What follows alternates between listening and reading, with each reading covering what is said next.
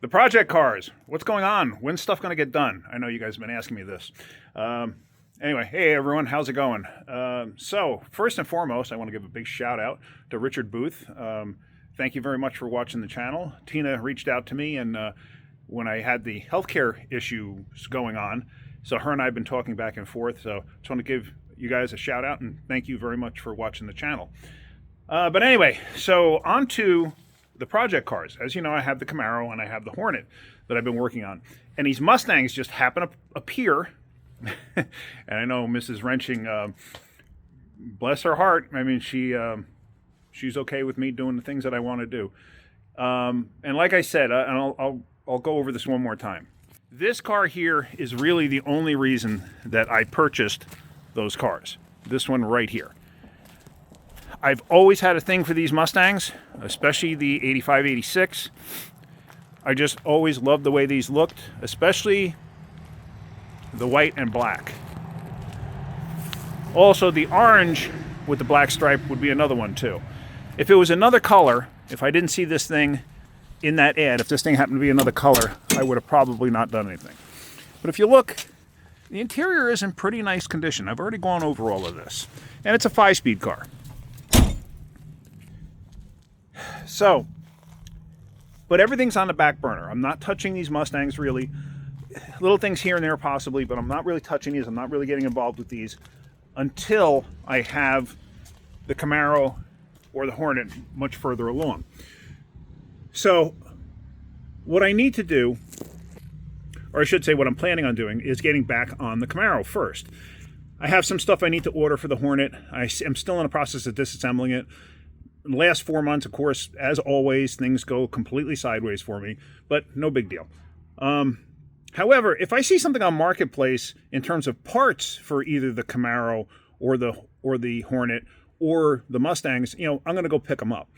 So with the Mustangs on the sidelines for right now, I'm going to concentrate back onto the Camaro.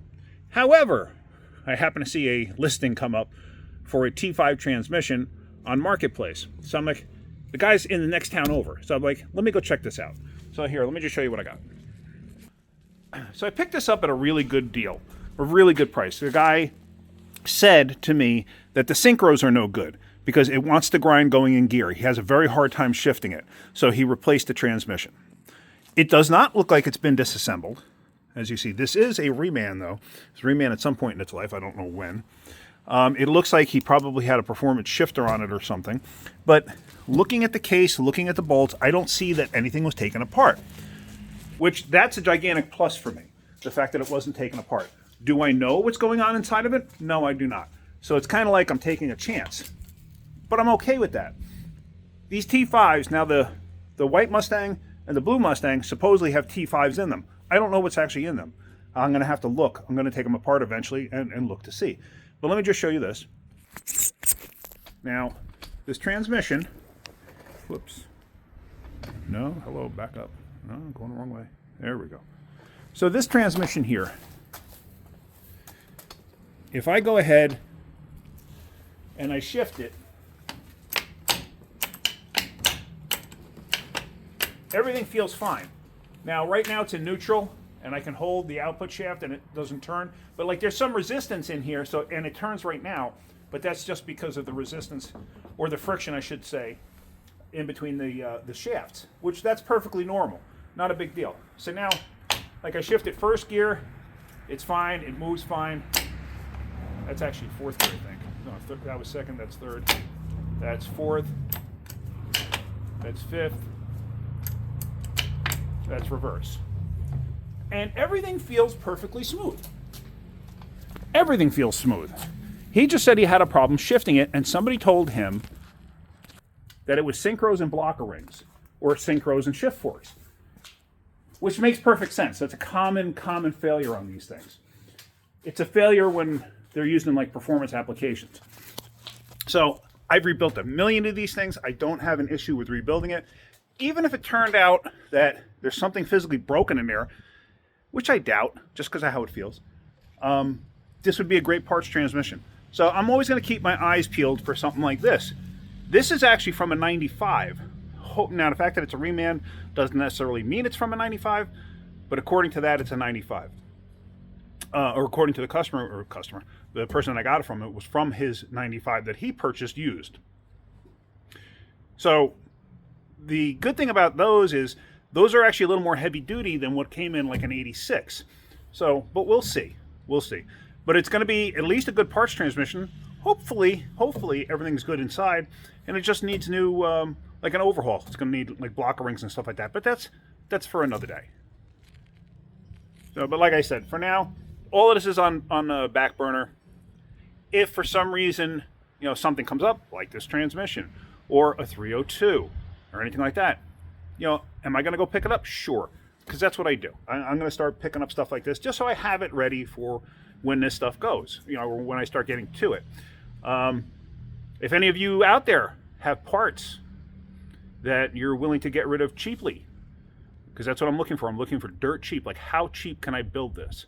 That's basically what I'm looking for. If you guys have parts out there that you want to get rid of cheaply or whatever, hit me up. Just let me know. Mrs. Wrench is going to watch this and throw a fit when she hears that line. But anyway, you know what I mean. Yeah, so trying to figure out exactly what we're going to do. I don't know yet, but I'm going to get the Camaro back in. I got to start working on that 6-liter. That's going to get the clutch automatic.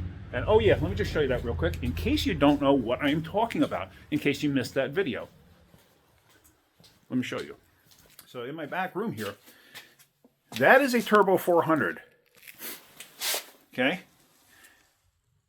That is a throwout bearing. That transmission uses a clutch. It uses a clutch instead of a torque converter. So you have the clutch actuation like a manual transmission, except it's an automatic. Pretty cool idea, actually. And that supposedly was used in a mud truck, basically like a drag mud truck. And you use that so you can control the RPMs when you take off. Because you don't know, do you got to be at 7,000 RPM or do you got to be at 3,000 RPM? This way you can kind of choose where you launch.